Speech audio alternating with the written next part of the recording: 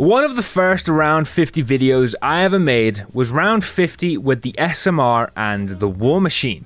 And I'm sure you can imagine how that went.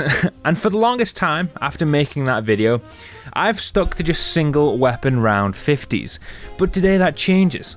Because today I am going to be revisiting a challenge that I absolutely hated when I first attempted it, and that was Ballista only round 50. But this time I'm changing it up. This time I will also be using the DSR.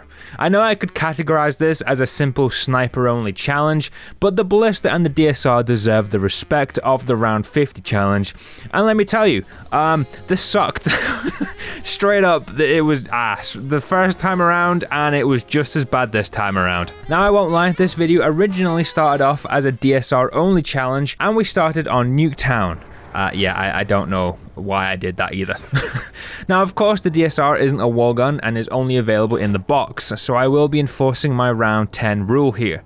We start off by getting as many points as I can in the first few rounds, and by the end of round 2, I had a little under 4,000 points, thanks to some pretty nice drops. I make my way over to the box, and the first spin out pops the FAL. Of course, I'm not lucky enough to get the gun I actually need, because, you know, F me, right? But the FAL is nice. Over the next few rounds, the box continues to be a bully and gives me nothing but trash, spin after spin, until right at the beginning of round 6, out pops the greatest Call of Duty sniper of all time, the DSR. From here it's smooth sailing, I buy myself Jug and head back over to the opposite side of the map. Round 7, the Pack-a-Punch drops. Not the best thing to drop early on, but I wasn't that miffed, as it just meant more firepower for me. However, I wouldn't be using it anytime soon, as I end up taking a classic Satch down the following round. I'm just minding my own business, taking out zombies, and to my knowledge there is 0 zombies behind me, so I'm not too worried. That is until I get hit from behind, but in my naive brain I'm thinking, oh, it's probably only 1, right? Yeah, no, it was like 6. 6 of them just spawned behind me, railed me in a corner. What made it worse was I also managed to get my stupid ass stuck in the ground for a few seconds after I revived, which just put me into instant panic mode, and I ended up dying shortly later. So yeah, it's a great start. I actually only lasted 12 minutes, and in those 12 minutes the only thing I learned is that maybe doing a DSR only run wasn't the best idea. So I threw in the Ballista as well, just to make things so much worse. The thing is though, the Ballista is only available on Origins, and snipers only on Origins isn't exactly the easiest thing in the world, but, you know, here we are. As I got the Ballista, there was 2 main things on my mind. The first being, should probably get Pack-a-Punch open pretty quickly, and the other being, the Panzer's going to be here in a bit. I definitely need to get the Pack-a-Punch open now. So as you can imagine, I was in a bit of a rush to get my Ballista upgraded, because honestly, within its current form, I was kind of screwed. I got to work on the generators immediately, and by the end of round 6, I got the final generator turned on. I also took a really dumb down on round 4 after refusing to take a nuke, and I'm fairly certain I was fully healed by the time that second hit came in, but it is what it is. Round 6 done, all the gens are on, and Jug has been acquired.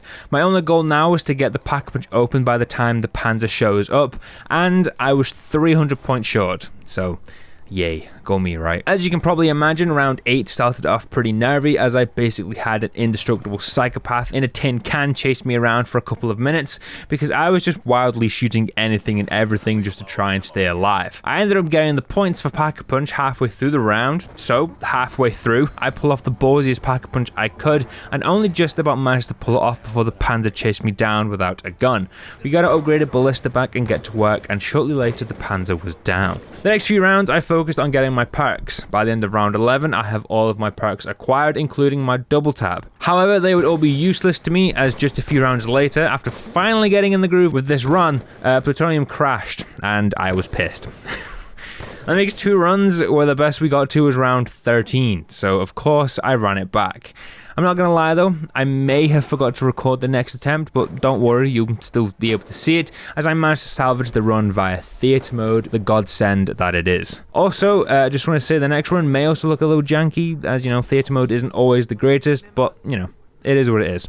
Anyway, this run starts off basically identical to the last. Get the Ballista early on and beeline all of the generators, and this time by the end of round 5, I had all 6 gens on. This time around, just so I knew I'd have the points for Pack-a-Punch before the Panzer spawns, I didn't buy Jug, which was very dangerous, yes, I know, but it paid off as on round 7 I got my gun upgraded. Not only that, with the remaining points I had and zombies, I managed to scrape together just enough points for Jug anyway.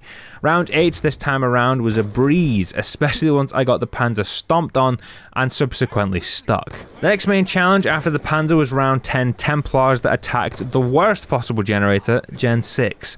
Taking out the Templars wasn't the difficult part, surviving afterwards was. I get surrounded by the entire wave and go into panic mode, but I managed to stay alive by running into the ice tunnel and then pulling off one of the most insane clutches I think I've ever done by training together the entire wave at the bottom of the tunnel before running back out and taking them all down.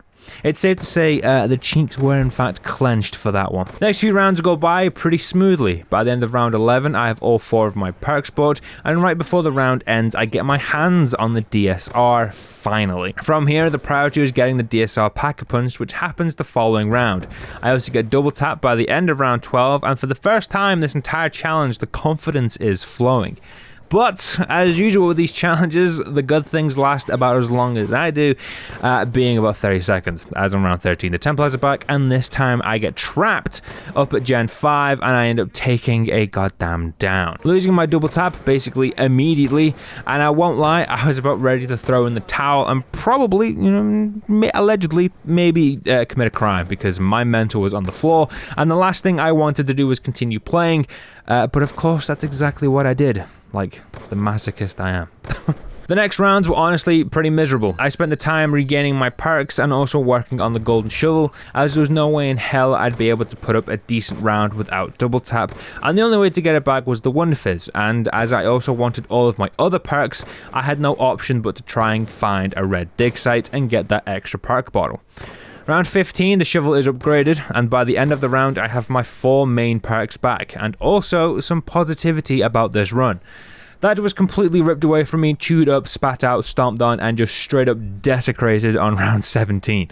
I'm taking out zombies, and I take out a cluster of zombies in front of me, and slightly to the right, I see an opportunity to now head that way, only for some little unloved specimen to appear out of nowhere next to me, trapping me into a zombie sandwich, and I down.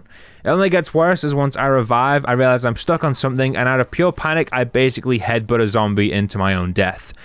So you could say things were going well. From this point on, I got a little unhinged, and instead of playing BO2 and feeling like jumping in front of a train, I decided to do that one on BO3, and also boot up a BO2 Weapon Mod, thinking it would make things a little easier and more enjoyable, mainly for me. The easy parts I was correct about, in terms of gameplay, that is. But it was also impossible to get my hands on either of the snipers I wanted. In an hour of playing and about 100 spins of the box, because guess what, neither gun is a wall in this mod, I got the Ballista once and never even got a sniff of the DSR, and I was fully tilted. And the one time I got the damn gun was right before the Panzer spawns, and guess what, it was useless against them and proceeded to get me killed.